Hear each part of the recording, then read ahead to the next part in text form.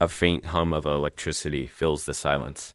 The curtains stir with the rhythm of wind and rain pressing against the glass. A phone lies face down. A sudden vibration rattles the wood, slicing the stillness. Elena, early 30s, elegant yet unguarded in this private space, shifts in bed. Half asleep, she reaches for it. Her hair falls across her face as she squints into the glow. A message. He's not where he said he'd be tonight. Her lips part slightly, confusion knitting her brow. She sits up straighter. The phone buzzes again. If you want the truth, check his office, now. A jolt runs through her. The pulse of the storm outside mirrors the quickening rhythm inside her chest. Spam. A prank. Some jealous colleague? It has to be, doesn't it? She tosses the phone onto the bed, but it vibrates once more before it lands. He isn't alone. The words burn against the screen. Her breath shortens, her fingers trembling as she holds the phone again. Elena, whispering, "It's nothing." But her voice betrays her. Thin, fragile. Then why do I feel it crawling under my skin? This knowing, this dread, like the floor is already giving way beneath me. The storm roars louder. Elena's car cuts through rain-drenched avenues. Streetlights blur into golden streaks. The windshield wipers beat in sync with her pulse. Steady, relentless, merciless. On the passenger seat, her phone buzzes again. She ignores it, clutching the steering wheel tighter. I could turn around. I could crawl back into the comfort of ignorance. But no, tonight, I need to know. Even if it kills me, she presses her foot harder to the pedal. The glass doors creak open. The space inside is eerily sterile white marble, lemon polish, and silence thick enough to smother. Elena steps in, her heels clicking too loudly against the floor. She presses the elevator button. The mirrored doors slide open, reflecting her back at herself, her coat dripping rain, her hair damp against her cheeks, her eyes haunted. I don't recognize this woman. I don't recognize her eyes. Maybe I won't recognize him either when this night is over. The doors close, trapping her with her reflection. 5, 6, 7. Elena's breath grows shallow.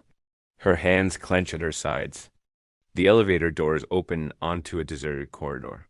Fluorescent lights buzz overhead. The air is faintly perfumed with disinfectant and stale coffee. She walks slowly, every step echoing. Ahead, a door stands slightly ajar, the faintest sliver of light seeping into the hallway. Her pulse roars in her ears. I know that light, the glow of his office lamp. How many times have I brought him dinner there, left notes on his desk, kissed him under that same glow? She edges closer. A murmur, voices, muffled but unmistakable. Her knees nearly buckle, trembling as it reaches toward the doorframe. She doesn't push it open yet. Through the crack, shadows move across the floor. The cadence of laughter low, intimate, threaded with something forbidden. A woman's laugh. Tracy's laugh. Elena recoils as if struck. Her back presses against the cold wall, her palm clamping over her mouth. Not her. Of all people. Not her, his boss, his mentor. The woman he praised at every dinner table, the woman who believed in him. The storm outside crashes like a cymbal. Elena's vision blurs. She blinks furiously, fighting tears that burn hot and acidic. She leans against the wall, sliding down until she crouches, her hands gripping her knees. Her breath stutters. Elena squeezes her eyes shut, shame curling inside her like smoke. How many nights have I been a fool? How many times did I choose trust over instinct? She forces herself upright. Her knuckles whiten as her hand grips the doorknob. The door creaks as it opens wider. The light spills out, brighter now, merciless. Elena steps inside, though every muscle screams at her to turn back. The scene is still obscured, her vision a haze of shadows and movement. The sound of Tracy's voice, hushed and husky, coils in the air. Elena's gaze flickers to the desk she knows so well, the desk where bills were signed, promotions earned, dreams built. A jacket lies crumpled across it. His jacket. The storm outside wails like a warning. Her throat tightens, a sob lodged there, but unspoken. The door inches wider, pushed only by Elena's trembling hand. The hinges groaned faintly, swallowed almost immediately by the storm outside. Her breath is shallow, almost non-existent, as though her lungs refuse to fill in this place. The office blurs as if her mind won't allow clarity. Then, piece by piece, the details sharpen, the glow of the desk lamp painting the room in amber.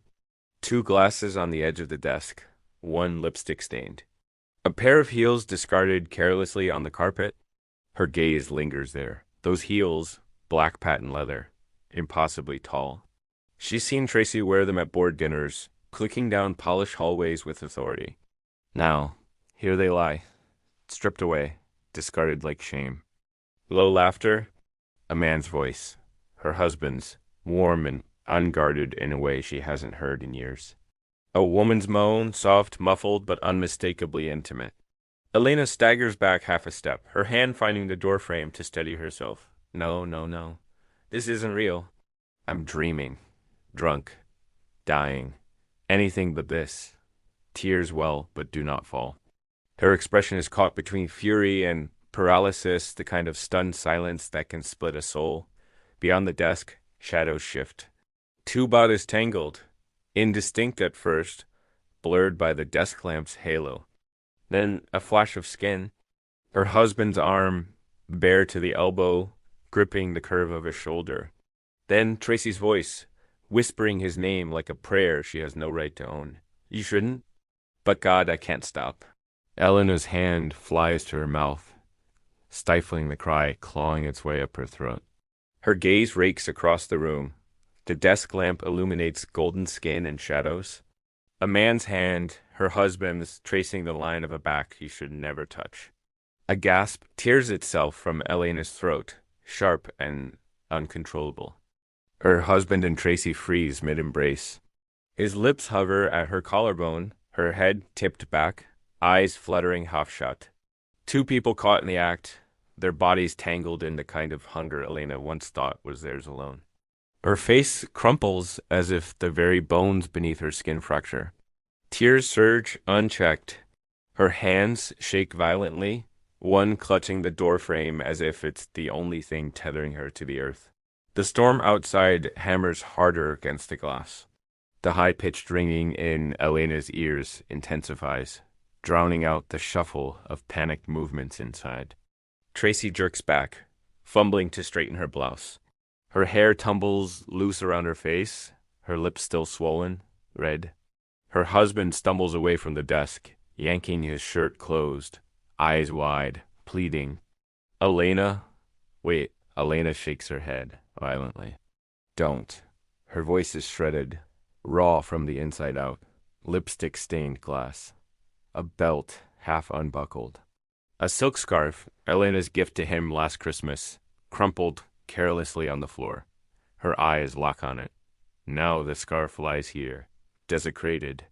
Elena bends slightly, her knees weakening. She clutches the frame harder. Tracy's lips part, guilt flickering across her features.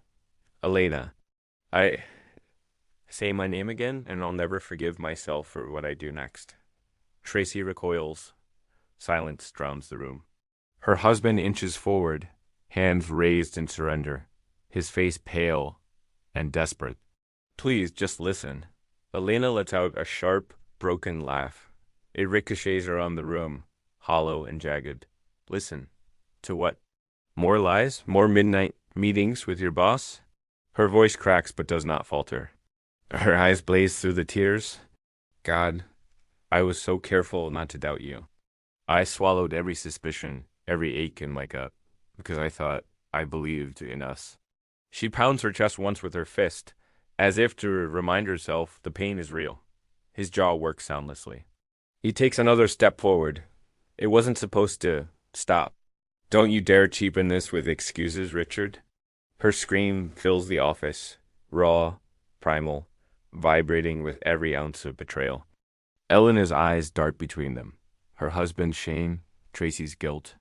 The 2 people who dismantled her life stand side by side, their silence a confession more damning than words.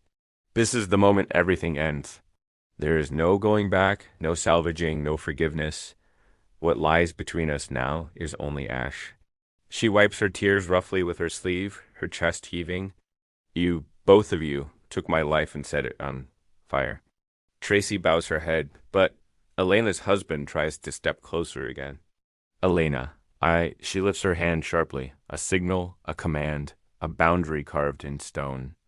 Don't follow me, don't touch me, don't speak another word.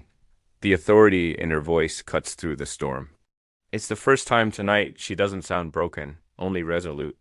Her tears are still falling, but her eyes are steel now. Her mouth trembles, but her spine is straight. She turns, the sound of her heels against the carpet final, echoing like a judge's gavel. This is not the woman you destroy. This is the woman who survives you. Elena steps out into the corridor. The door slams shut behind her with a reverberating thud. She pauses, hand pressed to her chest, as if trying to hold her heart in place. Her phone buzzes in her coat pocket, one last anonymous message flashing across the screen. Now you know.